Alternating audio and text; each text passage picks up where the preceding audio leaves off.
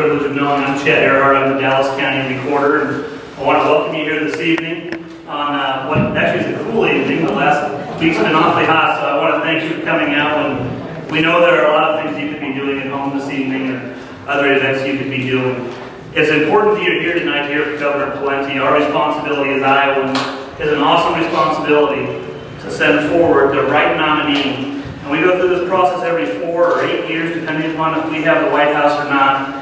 And I've been supporting Governor Pawlenty. I actually met him in 2004. It was a quick handshake at an event, and I followed his career as our neighboring governor. In 2008, he was here a couple of times, and I got the opportunity to learn about his record as governor in Minnesota, and I was impressed with that. And last fall, I had the opportunity to sit down and spend some time with he and Mary, and his wife Mary, and talk to him and learn about his family and learn about his faith and learn about his life growing up. And I realized in Governor Pawlenty there's a man that understands problems that average folks have, because that's where he came from.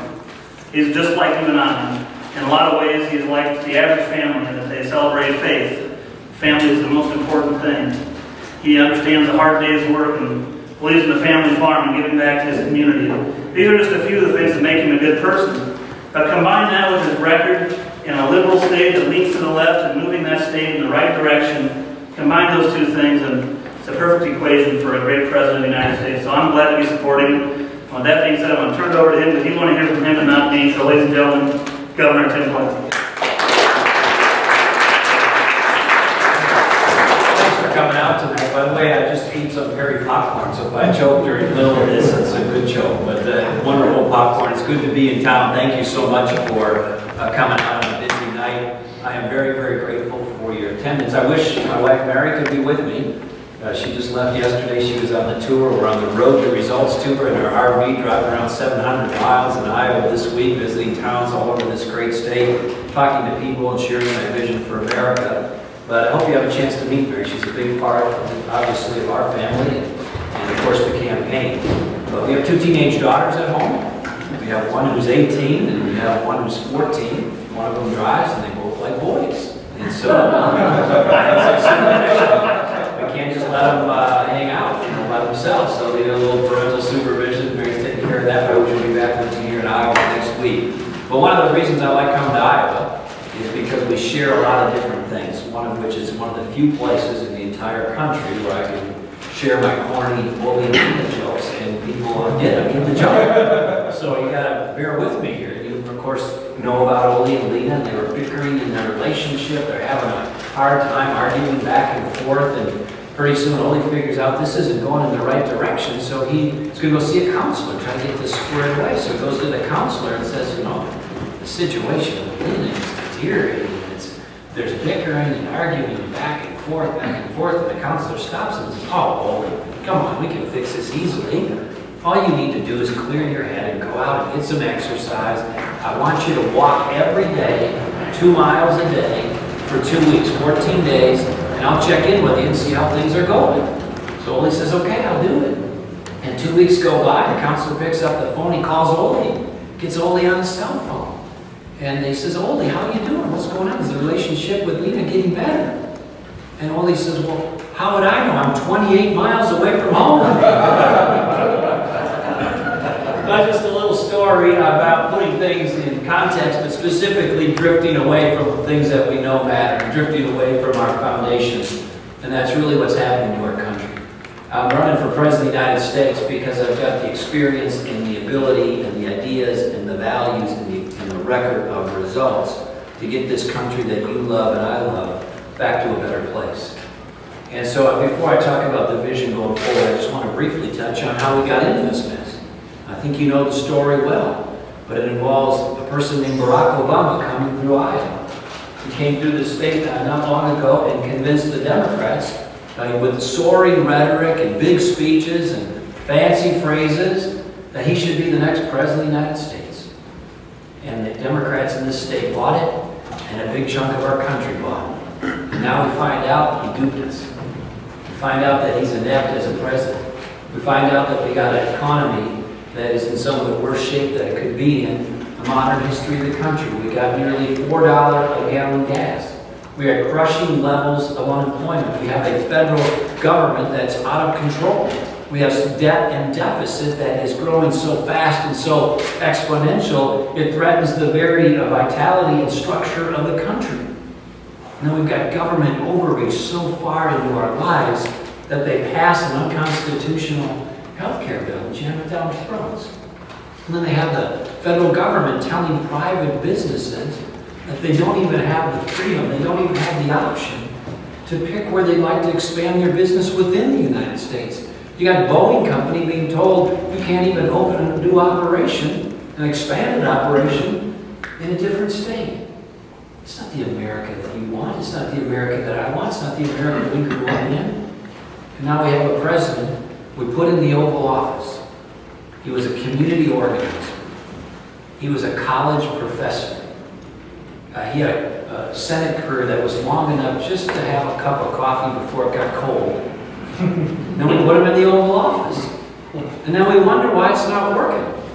It's not working because he hadn't run anything, he hadn't led as an executive, and we put him in the most important position in the world. So I want to talk to you tonight about getting this country back on track, but it starts with this. In order to have a new and better direction for America, we're going to need a new and better president. And Barack Obama doesn't have a plan other than a campaign plan. He doesn't have a jobs plan. He doesn't have an economic plan. You can't find him on the major issues facing our country and how we're going to fix the spending. You can't find his plan on how he's going to reform Social Security. You can't find his plan on how he's going to fix Medicaid. You can't find his plan on how he's going to reform Medicare. And down the list, we need leadership, and he's ducking and bobbing and weaving. That's not the kind of person we need in the White House. So we need to take this back. Now, here are some thoughts going forward. If you look at the situation, we're going to have to look each other in the eye and tell each other some pretty hard truths.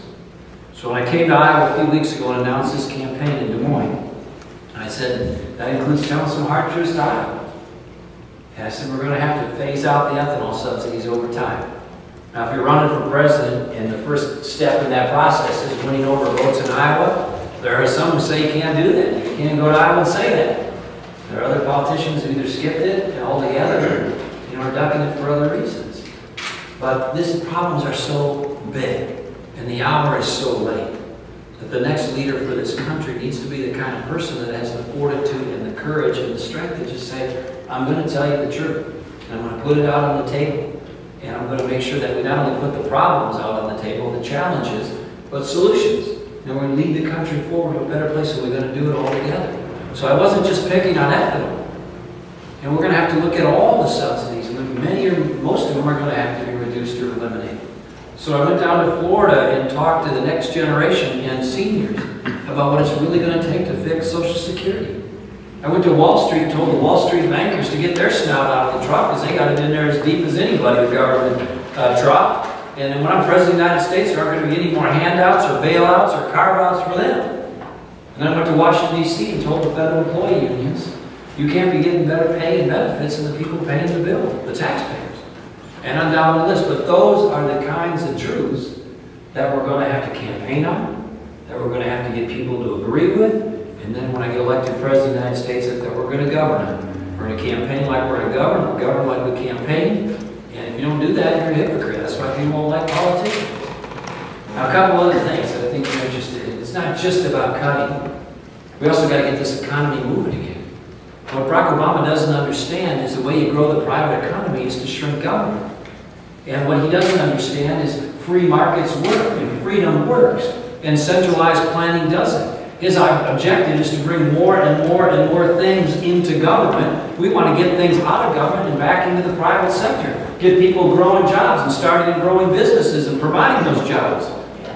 Now you should know that there's about 6 million businesses in the United States. 5.9 million of them. 5.9 million of them or so have 500 employees or less. So almost the entire economy for jobs is built on small and medium-sized businesses. And we need to listen to the people who want to start and grow those businesses and provide the jobs.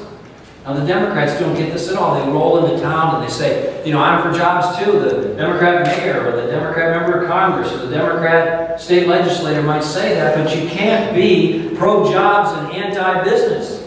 That's like being pro-egg and anti-chicken. That doesn't work so well. We need to do those things that's going to make it more likely that jobs are going to grow in Perry and in Iowa and in Minnesota and all across the country. And the answer to that doesn't reside with politicians in Congress. It resides with the people who do it. And when you go ask them, you know what they say? They talk to me every day. Get the government off my back. I say, Governor, the load is just too heavy and too discouraging. The taxes are too high. The energy costs are too high. The healthcare costs are too high. The regulatory burdens are too much and too slow and too uncertain and too discouraging. And on down the list. So this isn't rocket science, but we need to listen to the people who do this and are telling us, they're screaming at the top of their lungs, please get the government off my back. So we'll do that and get this economy moving. I've given the most specific pro-growth, pro-investment, pro-job speech of any candidate in this race at the University of Chicago a few weeks ago. If you want to read the whole thing, it's on the website at timpawlenty.com. But the highlights are get the business taxes from some of the highest in the world to some of the lowest in the world. Get the tax rates simple, flat in the business area. Get rid of the special deductions and exemptions and credits as much as possible so that your ability to compete depends on your ability to connect to customers, not your ability to connect or buy off members of Congress or lobbyists. We want a flatter, simpler, more transparent, less cronyistic tax code. Same in the individual tax rates, except we talked about going from 6 to 2 in that case. And then we went through a whole series of proposals around regulations and energy, repealing Obamacare in its entirety, and getting the energy policy of this country more affordable by creating more supply and the like. I hope you'll read the whole thing if you're interested in it, but no, it is very aggressive. It calls for a 5% growth target. But we also got to get spending under control. As you're sitting here tonight, increasingly without air conditioning, apparently. Chad, did you not pay the bill? Talk to the councilman. You know, $40,000 a second that they don't have. That's what the federal government's spending. $144 million an hour they don't have.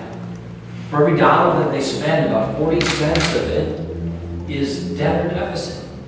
It is a Ponzi scheme. If they were in the private sector, you can die. I mean, they can't continue. They can't have our country run like that. You don't run your families like that. You don't run a business like that. You don't run the city like that. And we can't let the federal government run like that anymore. We have to draw lines in the sand. Now, I'll just tell you, many Republican candidates are going to come through town and tell you many of the same things relating to cutting taxes, reducing spending, and healthcare costs and the like. They're going to say they're the ones who can do it. But I'm the one who actually did it. There's a big difference between giving a speech or offering failed amendments in Congress and getting this done as a chief executive, taking the hits, putting your head down, and driving it to conclusion in a difficult environment. That's what I did in Minnesota. And so that's why we're calling this the Record of Results Tour, the Road to Results Tour. It's for this reason. We had enough of President Obama and fancy speeches and rhetoric. What we need now are solutions and results. That's why I provided Minnesota. We took spending from historic highs to historic lows. We cut taxes net over my 8 years as governor, even though we had 2 recessions during that time period. We did healthcare reform the right way. No mandates, no individual mandates, no takeovers, using market forces to get the healthcare market moving in a better direction. And then we did public employee pension and benefit reform before it was cool and popular. And then we went on down the list and did welfare reform and immigration reform and tort reform and the like. Now again, these Republican candidates for president are all going to sound kind of similar. But I think you want to know, have they actually done these things? I have. And I think you also want to know, who are these people, really? I mean, you meet me here, in Perry, but I think you also want to know, where's this person come from? You know, what values do they have? How are they raised? What does that inform us about how they view things? And is their word good? Are their words and their deeds lining up? Can we trust them? Will they actually do what they say? In my case, I grew up in a meatpacking town, South St. Paul, Minnesota. Understand, you've got some meat processing or poultry processing or pork processing here, right? Yeah. Beef? Pork. Yeah, so you know about this industry, but back in the day, in South St. Paul, we had these huge meatpacking plants. I mean, 4, 5, 6 stories tall, thousands, tens of thousands of people employed directly or indirectly, surrounded by the world's largest stockyard. So if you can imagine, back in the 60s, the sights and sounds of a big old meatpacking town, that's where I grew up. My dad, for much of his life, was a truck driver. My mom, for much of her life, was a homemaker. My mom died when she was young. I was young too. She was 50. I was 16. She had ovarian cancer. And my dad lost his job not too long after that. And so at a young age, I got to see some things. And you get to decide pretty early in life, what do you believe? What are you going to lean into? What are you going to grab onto? And for me, it was an opportunity to lean deeply into my faith. It was an opportunity to appreciate and experience the value of a loving family, rallying together in times of challenge and crisis. It was an opportunity to see the value of a job up close and personal, as so many moms and dads in my hometown were laid off or had an uncertain future about them and their families, a worry on their face.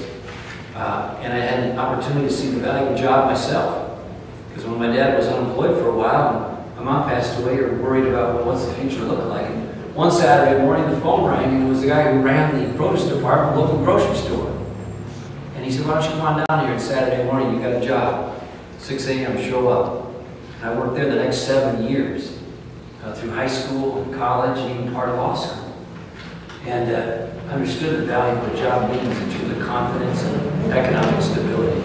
So that gives you a little insight to where I come from. But again, a lot of people are going to tell you things. A lot of people are going to flap their jaws, these other candidates. But make sure you check whether the record lines up with what they're saying. I'll just close and take your questions by saying this won't be easy going forward for America. But it's not complex. We can look back and see the lessons that this country has learned and really taught the world about what made America great. And this country is great for a lot of reasons, but it's principally great because we're the freest nation the world's ever known. We're not the biggest place demographically. We're not the cheapest place economically. We need to be more competitive. But we are the freest place. When people are free, they are free to worship and free to associate and free to invent and free to innovate, free to associate as they see fit. And they think creatively and dynamically, and they say, I can build something, I can do something, I can try something new. I can, if I get knocked down, I can get back up, and there's a sense of individual responsibility and a can-do attitude and industriousness. It's different than many other countries around the world and across time. So it's about freedom. It's not a corny throwaway line. That freedom can be taken away in lots of different manners, and one way can be taken away. So we allow our government to continue to push into our lives and take over more and more of what was the province of families and neighborhoods and the private market. They not only grow their budgets and they not only grow their footprint, but they begin to discourage and weigh down the American spirit. That's what's happened to our country. So those of you who see it, those of you who understand it, those of you who agree, we got to rise up and we got to take this country back. We got a tremendous chance to do it. Barack Obama's numbers nationally are not very good. If you look at the swing states where this election is going to be won or lost, his numbers are awful. The main way we're going to goof this up is to nominate the wrong candidate as a Republican. So please think about this. Iowa is first, but you also want to be right. It's not much of a consolation prize to rocket somebody out of Iowa only to find out they really can't be the nominee, they really can't beat Barack Obama, and they're really not well equipped to be President of the United States in one of the most challenging chapters of our nation's history. And I think people are going to expect some basic things, one of which is the next candidate, the next president better have some executive experience, better have run something large with a public component to it, better have overseen that in a way and driven it to results and to conclusion under difficult circumstances. I did that, not every candidate can say that. We got one leading candidate who's running away from his record. We got one leading candidate who has no record of results. You know, I just ask you respectfully to think about that as you choose who you're going to support the same straw poll in the caucuses.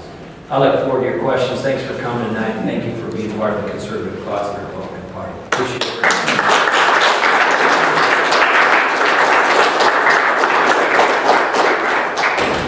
Anybody have any questions? Yeah, please. Yeah, what is your plan for illegal immigrants? Great question, thank you. Question was about illegal immigrants, and I just start with the first principle, which is we're a country based on the rule of law, right? And so we expect people to follow the law. And if you allow people to disregard and flaunt and break the law, it not only is a problem from an immigration standpoint, but it begins to corrode one of the core pillars of our country, which is we got to have the rule of law. So here's what I do. Number one, enforce the border.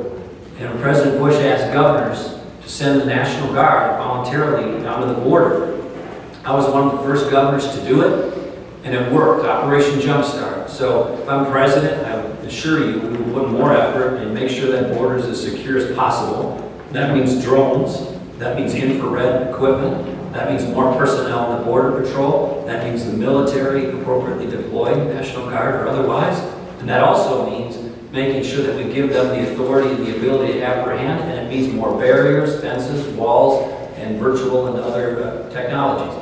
Two is we got to shut off the magnet for why they're coming. You know why they're coming? Coming here to illegally get jobs or illegally get public benefits. And they're seeking opportunity, but they got to do it legally. And so, but right now we got a system where it's a paper-based system. The verification system is broken. We need an electronic, accurate, quick, non-burdensome way to check. That's what I ordered in Minnesota as an executive order for state business and contractors, subcontractors, and employees. And that's the kind of system we need for the whole country use. And lastly, when I was governor, again, this is an example of people talking about issues, but I've actually dealt with it to results. And then finally, I said, put the visa expiration dates on the driver's license, because people come legally, some of them, and they overstay. They stay permanently, they're not supposed to. So I said to the Democrat legislature, put the expiration date for when their visa expires right on their driver's license so people can see. Status check. The Democrat legislature refused. I put an executive order on to do it anyhow. We got a lot of work to do. And lastly, let's celebrate legal immigration. There's a lot, you're back there. All right. You're back. They're already, what are you going to do with those in the back? Well, if you shut off the magnet of being able to get a job and be able to get public benefits, a big part of the problem will dry up in a hurry on its own. Yes? What about all the anchor babies that are already here? Yeah, well that, the U.S. Supreme Court, rightly or wrongly, decided that that's in the Constitution. So in order to fix that, you either need to have a different Supreme Court decision or you got to amend the U.S. Constitution. And so we're the only developer, I think one of the few developed nations in the world that can even allow that. And I don't think that's what the framers of the Constitution had in mind when they wrote those words. And unfortunately, in my view, the court interpreted it differently. And now you need a U.S. constitutional amendment for a new Supreme Court to change it. Sir, do you have a question? You're scratching your head. Or both? No, right now. Yes, ma'am. I'd like to know what you could do to, prevent all the lobbying that goes on, because I think that the lobbyists might be causing a lot of our problems. Yeah. Well, I'm a strong supporter of the First Amendment. I don't think people should be prevented from advocating, speaking, organizing, lobbying, and the like. I agree with you that the lobbyists have a pretty corrosive influence on the process, but here's some other reform that I think would get to the same conclusion without limiting people's speech rights, organizational rights, or the like. One, I don't believe anymore we can send people to Washington, D.C. and trust that they're going to do the right thing when it comes to getting their financial house in order. Recent history, and a lot of history in this country would indicate it's not headed in the right direction in that regard. So we should strongly support a constitutional amendment to balance the federal budget. Make them make the tough decisions to get that done. Number two, I'm for term limits. I was the chief author of that bill when I was in the Minnesota legislature. Number three, we should make sure that the laws that Congress passes are all apply to them. And as an example, one of them I like, this would be an additional one, is we should make the members of Congress, under penalty of perjury, certify that they do their own taxes every year without the help of a tax preparer, accountant, or lawyer. Let them experience firsthand the moronic, intimidating, ridiculous, expensive burdens that they heap on everybody else. Let them experience that for a few years. And I bet you pretty soon you'd have a lot of congressmen saying, we got to simplify this tax code. And men and women. That's what we need to do. But in terms of, some sort of law or rule that denies people the ability to have speech rights, we can't do that. I don't think you're suggesting that. The congressmen themselves, lots of them, and the senators become the law. Yeah, I see what you're saying. On that point, I think we'd be well served to have a prohibition, at least for a period of time, from people leaving public office to go to lobbies, because half of them are thinking in their time, well, how am I going to get a job after this? And they end up working for some lobby group. So I think the so-called revolving door prohibition would be a great reform. I see what you're saying. I agree with that. Other questions, comments, things you're concerned about? Yeah, go ahead, shout it out in the back there. Can you tell us a little about your perspective on wind energy in the country? Good to see you, thank you. Well, wind energy and energy more broadly is a big need for the country, and I won't go through all the details, but know that we're going to need all of the above. I'm for drilling in Alaska. I'm for deep underwater and deep water drilling. I'm for expanding nuclear appropriately and safely. I'm for making sure that we take advantage of the massive natural gas opportunity we have now in the country, which is going to be transformational in terms of our energy future if we do it correctly. We got a 250-year supply of coal in the country. We should use clean coal technology and use that as well. And then we should use all of the renewable energy options that make economic sense. And one of them is wind. Iowa's a huge wind producer, one of the biggest in the country. It's not just the electricity that comes from that. There's other components to the economy in terms of the component parts that come with that. So I think wind plays an important part of the future of our energy portfolio, but we're going to need all of the above, not just one piece of it. Other questions? Yes, sir. What about, there's in the state of South Dakota, just north of Sioux City, we've been trying to get a plant to refine Canadian oil. Yeah.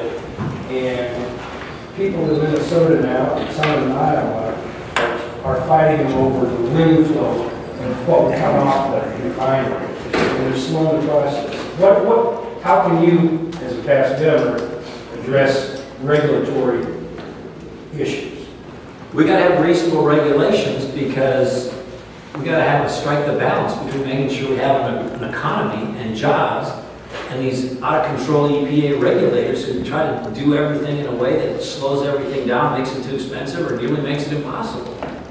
And one of the big opportunities we have, Canadian crude, from the tar sands and the shale, there is some plants in the United States that can process it. Minnesota's refineries are a few of them, but not all of them can.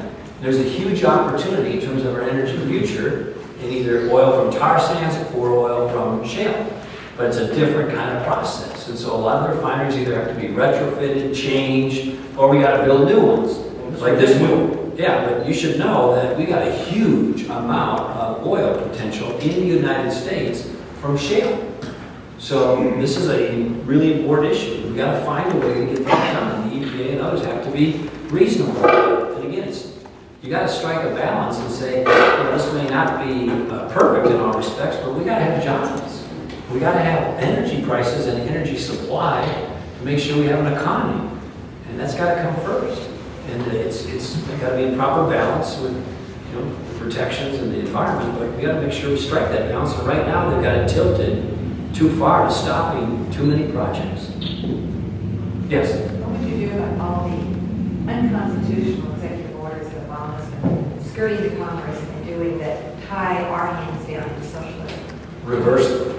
So would that be day one? Yeah. I mean, So there's a great group working, I forget their name, but in anticipation of defeating President Obama, there's a volunteer group of lawyers cataloging all of his executive orders, making sure that the research is done so that the new president, when I get in office, will be able to quickly have the research done, have read them in advance, so you can take action day one or very early and reverse or eliminate and change all of his executive orders, at least the ones that we want to. Yes? how would you change the Rudolph orders to become public education? Well, that's a long story, but let me give you the short version. This relates to public education. Now, in Iowa and Minnesota, we got some of the best results in the country. We did. But now, so in Minnesota, we have the highest VCT scores in the country, and some of the highest NAEP scores, and some of the highest graduation rates. And on these measures, Minnesota and still Iowa does pretty well. So you might say, well, what's the problem? Well, there's a lot of problems underneath it. Here's a few. The numbers aren't very good for kids who come from poor backgrounds, from areas of concentrated disadvantage. And when you look at it in terms of rigorous analysis, not just the averages compared to the rest of the states, the numbers really aren't as good as they could be or should be.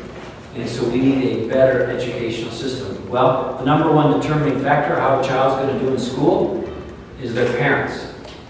And what I mean by that is the degree of involvement and engagement of parents. So we should do everything we can as community leaders, governors, business leaders to support in our words and our deeds responsible and engaged parenting. We should celebrate that. It has a powerful, as you know, impact in children's lives, not just in education, but more broadly. The second most important determining factor of how a child's going to do in school is the quality and preparedness and effectiveness of their teacher. It has a huge impact on the likelihood of a child's success in school. And there's a whole agenda around teacher reform.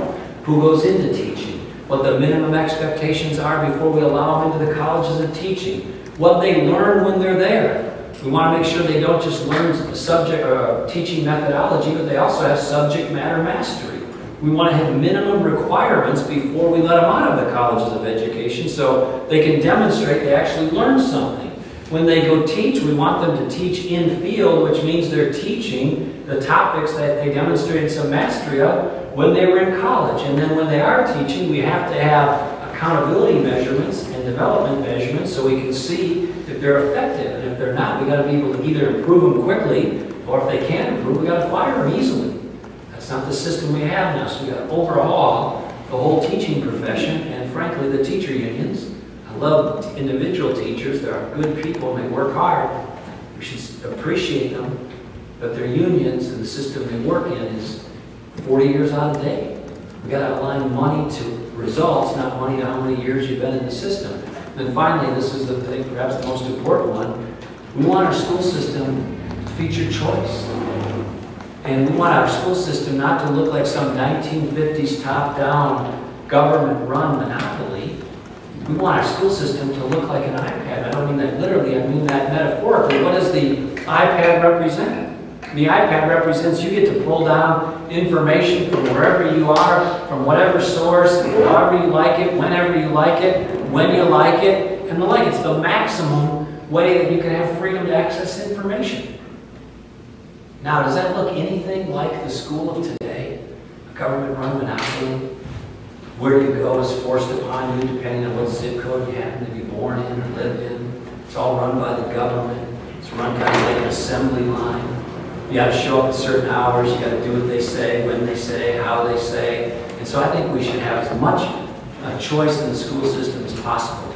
And sir, if you'd like to, under this model, like to stay, have your kids stay in the government-run school, terrific, good for you. If you'd like to have your kids go to a nearby government school, but we need to have open enrollment so you can opt out of the one you're in and get to the one next door, great for you. And if you'd like to have your kids go to a charter school, great. We want to encourage that. And if you'd like to have your kids use technology to access some online learning and get credits for that, fantastic. And if you'd like to have homeschooling and you're willing to put the time and effort and dedication to get the great results that we see from our homeschoolers, fabulous. And if you'd like to send your kids to the private schools, terrific. We should put the parents in the driver's seat and get the resources to them and then let them decide what's best for them and their kids and make our public schools compete and make sure that they're delivering good results. And then people all say, hey, now look, come on. You had all these arguments against it. They say only the wealthy will go, or only the smart will go, or you leave behind the more challenged students. And there's, they always bring up the same objections. I say, okay, how about as a first step, then we just give the scholarships to the poor, the failing, and disabled, just to test it as a pilot. And then who's against giving poor, failing, or disabled kids another option, another choice? Please raise your hands. I'd like to see your face. I'd like to see you explain that. We've got a third of the kids in this country dropping out of high school. On average, a third. You drop out of high school today, you get kicked to the sidelines of life in a big hurry. And you don't have an education or skill that allows you to access the economy of today and tomorrow, you are in deep trouble. And then you become a ward of the state. And then they start getting our friends on the other side of the aisle come and try to get your support and say, we're going to get you some more free stuff from those other people. And it's not good for them, and it's not good for us. It's not going to work to have a third of our people in this country uneducated, unskilled, and ticked off and become the wards of the state. And it's not going to work economically. It's not going to work morally. It's the civil rights issue of our time. It's not going to work strategically. It's not going to work in any manner. And we got to fix it. Now, it's not a federal issue. It should be down to the states and to the local and to the parents. The federal government should get more out of this, not more into it. But it does need to get done. And we need to push education reform hard. It's really important for the future of our country. Yes, ma'am. Well, one time I heard Hispanic teachers say we should tie people, you know, like parents coming to parent-teacher conferences with like free and reduced taught lunch. I mean, whether their attendance is... If you don't come, then your kids don't get... Yeah, it's really, I did some mentoring in a really challenged school once, and I think it was an 8th grade class. In my school, where I live, and when my kids were in elementary school and parent night, you couldn't even get a parking spot in the parking lot. I mean, it was everybody, oftentimes 2 parents, it was overflowing. And in this school, on parent night, I had like 3 people come, and 2 or 1 of them were parents. And so these are very challenged situations. And the answer, I'll look for any answer that might work, but we've got to get what I described to you in place. We've got to get parents engaged in whatever way that might be supportive and encouraging ways. 2 is we've got to fix the quality and quantity of teachers. And 3, we've got to give people more options, because let's face it, we got kids now with different backgrounds, different aptitudes, different interests, and this one-size-fits-all system doesn't work anymore. If you've ever played any of these modern video games, you ever played like Call of Duty 3, or you know, if you have a chance sometime, get your kids or your grandkids to show you these modern day video games. You don't just learn about World War II, you can be in World War II. And it has the sights and sounds that just are amazing. I mean, you get surround sound, stuff's coming up. I mean, it is jaw-droppingly good. Imagine if we had, you know, Call of Duty to algebra, and you would present 8th grade algebra in that manner. And the technology is getting so good, and the graphics are getting so good, and kids are so accustomed to learning and interacting in this way. Can you imagine? I'm not talking about having to replace, you know, traditional schools. The programs that they've got now that are coming online are really, really powerful. They can predict, for example, in elementary math, where kids are going to stumble in their multiplication tables. They can have pop-up tutorials ready, so they know when you do divisions with, you know, involving certain 6 and 9 patterns, they know where the choke point is. And so the kid doesn't get it right 2 or 3 times, and this tutorial pops up. It says, I see you're having trouble with that, and all of a sudden you get, you know, an incredible display. But just think of the power. If you have a chance to see those video games, and think of the power of that applied to algebra or Spanish 101 or Psych 101. I mean, it would be revolutionary, and it's coming. We'll do one more before we all suffocate. Anybody else? Governor, one more. I think you probably already dealt with this, but I'm always interested in the subject of electability. Why are you more electable than somebody else? Yeah, well, here's a good bellwether for you. Minnesota is probably the toughest political environment of any state in the country. You know, it's, if not number 1 for a Republican or conservative. And if it's not number 1, it's top, you know, 3 or 4. Remember in 1984, Ronald Reagan won 49 of 50 states. They put that big map up on election night, sea of red. There was one state that wasn't red. It was Minnesota. And, you know, Ronald Reagan won Massachusetts twice, by the way. He never won Minnesota. I'm not proud of that fact. It just gives you a measure of how difficult it is there for a Republican. They got a huge built-in advantage. And so Survey USA, which is a pretty respectable firm, they called my election in 2006 almost to the penny.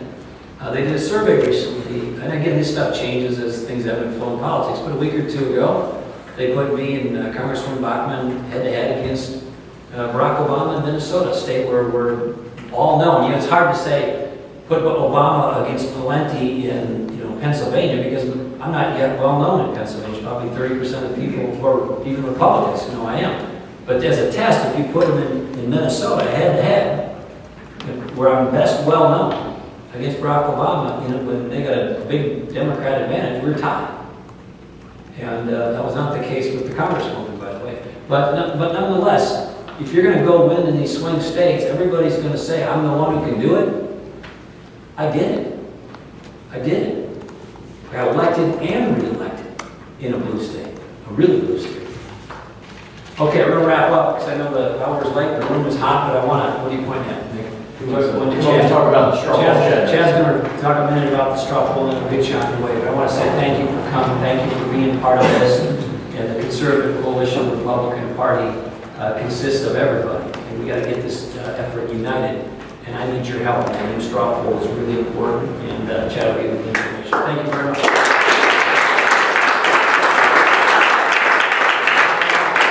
There's literature in the back. We have staff here. For those of you who've never been to the straw poll, it's August 13th. It's a great time. There's going to be food there. There's going to be a band. And of course, Governor Clinton's going to be there. We could use your support to help get his ticket punched to send him out of Iowa so he can be our party's nominee. I hope you'll join us.